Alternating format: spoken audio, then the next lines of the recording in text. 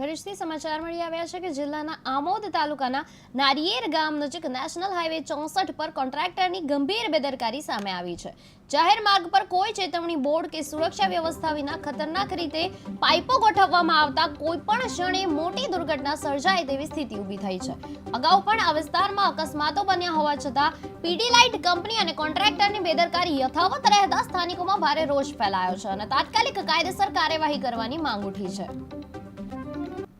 दर्शक मित्रों केटीवी गुजराती में भाई उभारो केम तमे अत्यारे बॉर्डर मारवानी जरूर पड़ी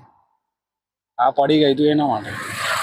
અત્યાર સુધી ના મારી હતી ને અત્યારે અત્યાર સુધી મારેલી જ હતી અત્યારે કામ કેટલા દિવસથી બંધ છે તો આ કોઈએ પાડી દીધી હશે કોઈ પાડી દીધી હશે એના માટે મારી અત્યારે પેલી બાજુ પણ નથી મારી જોઈ લો તમે બધે મારેલી નથી કઈ છે તે બાજુ છે જ નહીં જોઈ લો દૂર સુધી તમે જોઈ લો દેખાય છે રસ્તા પર હે કડાવો છે ક્યારે કડાવશો અત્યારે કડાવશો આ તમે લઈને ચાલ્યા ને આવું છું અંદરથી કોઈ માણસને તો લાવવો પડશે મને વાગેલું છે કોઈ માણસ અહીંયા કોઈ જ નહીં તો આજ આવી જ કામગીરી રહેશે અહીંયા આગળ ના બધું અંદર શિફ્ટ થઈ જશે અંદર શિફ્ટ થઈ જશે ક્યારે મીડિયાના આવ્યા પછી ના સાહેબે કીધું છે અત્યારે સાહેબે કીધું તો દર્શક મિત્રો અહીંયા આગળ આ નેશનલ હાઈવે 64 ઉપર જ્યારે મીડિયા પહોંચ્યો જ્યારે અહીંયા આગળ પીડીલાઇટ કંપનીના જે એચઆર છે તેમને જાણ કરી ત્યારબાદ તેમને તાત્કાલિક અહીંયા આગળ માણસ ગોઠવ્યો અને ત્યાર પછી આ આપણે જોઈએ છે કે આ પટ્ટી આ એકદમ તકલાદી પટ્ટી જે મારવામાં આવેલી છે આ પટ્ટીથી શું અકસ્માત અટકી શકશે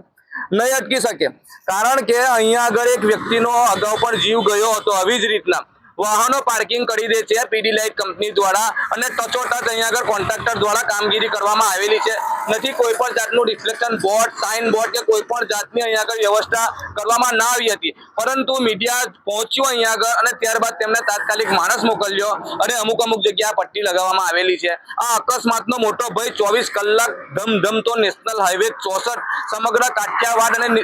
એક્સપ્રેસવે દિલ્હી મુંબઈને જોડતો હાઈવે છે તેની ઉપર કોન્ટ્રાક્ટર દ્વારા આવી પાઇપો મૂકી દેવામાં આવી છે અને પીડીલાઇટના મેનેજરને પૂછવા જતા તેમણે કીધું કે અમે હવે લઈ લઈશું પણ ક્યારે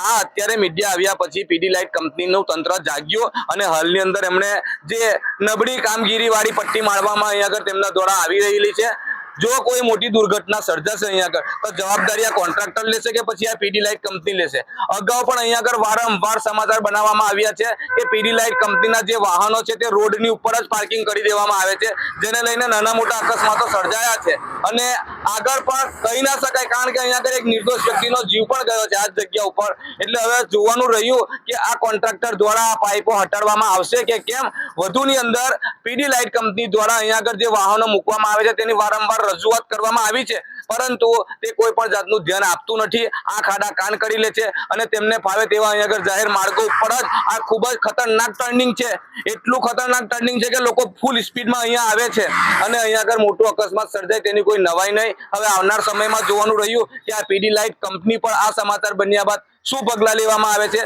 જાવેદ મલેકનો report KTV news Gujarati Amod.